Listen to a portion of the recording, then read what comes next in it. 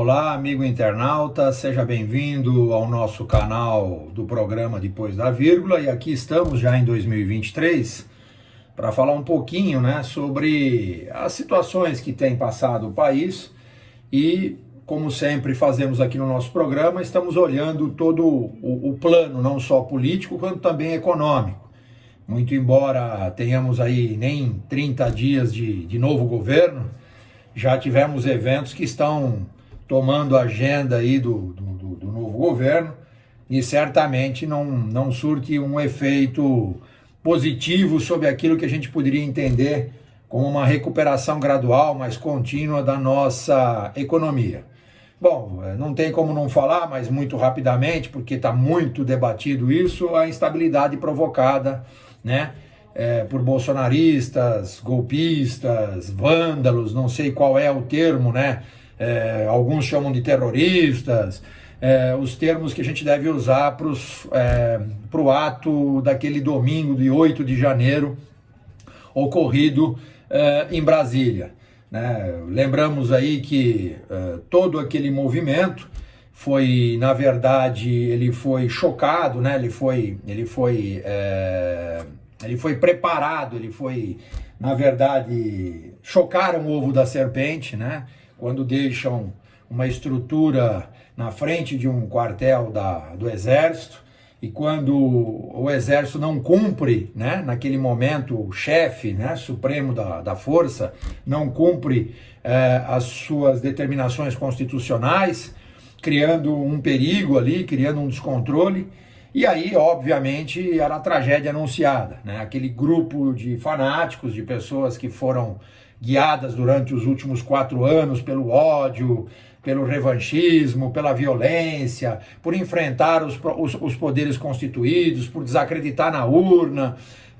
Então, tudo isso teve um final que não foi um final feliz, A gente costuma chamar de um grande finale. Então, tudo aquilo que aconteceu era uma tragédia anunciada.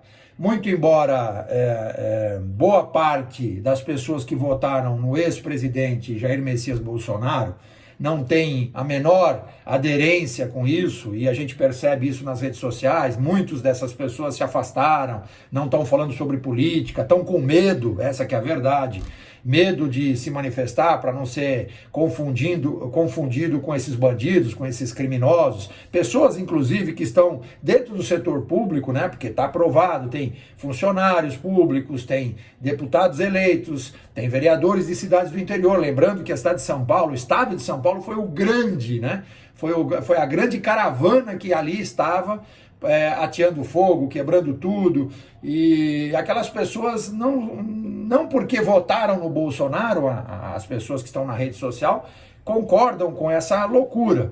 Infelizmente, esse foi o ovo da serpente que chocamos aí durante 4 anos, e essas pessoas que são insensatas, despreparadas, num ato de epifania, fez essa loucura, e obviamente está tomando a agenda do governo, porque tem que realmente punir essas pessoas, O Lula demorou muito, essa é a verdade, para demitir o chefe do Exército, que se mostrou um sujeito não alinhado com a Constituição. O seu colega que assumiu, o general que assumiu, colocou isso indiretamente, muito claramente, que o Exército não é uma entidade política, como não deve ser a Aeronáutica, como não deve ser a Marinha, como não deve ser a Polícia Militar. Então essa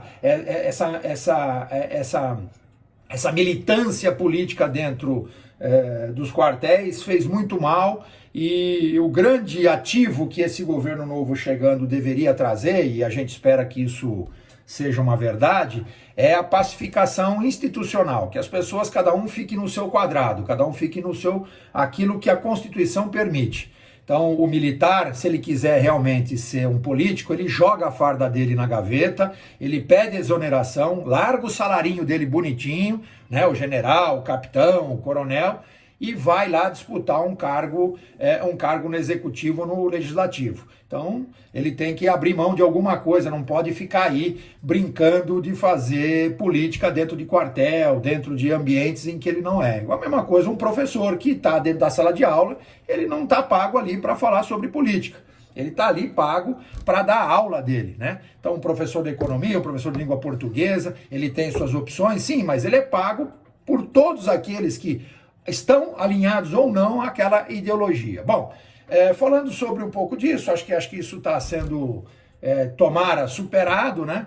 Nós temos um novo movimento de estabilidade diplomática. O governo atual, o Lula, começa a fazer um périplo aqui na região, tentando restabelecer laços com Venezuela, com a própria Argentina, com o Uruguai, porque o governo anterior, de forma inexplicável, rompeu essas relações. Conforme ele fez isso, obviamente, abriu um canal de acesso e de assédio à diplomacia chinesa aqui, a diplomacia comercial chinesa.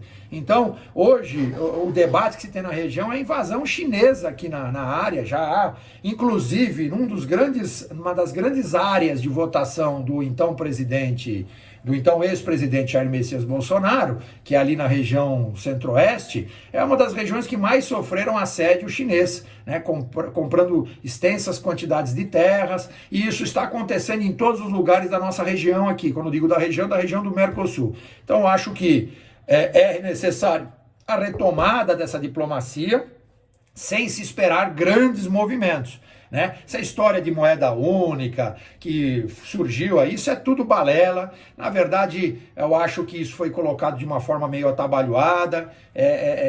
O problema do discurso político para o grupo que se atende ao discurso de fato econômico é um dos grandes problemas das nossas últimas gestões. No governo passado, muito embora tenha tido essa linha de enfrentamento institucional, havia também um discurso um pouco diferente de algumas áreas do governo do ex-presidente Jair Messias Bolsonaro. O mesmo está começando a acontecer com o governo Lula, né? O Lula fala sobre interferência no preço do combustível, a equipe econômica não fala sobre isso, o governo fala sobre aceleração na isenção de imposto de renda, a equipe econômica não vê essa situação, tem que ter uma reforma tributária, o Lula fala sobre mudança na política de salário mínimo, o governo, ou seja, a equipe econômica, não está encontrando ainda instrumentos para isso.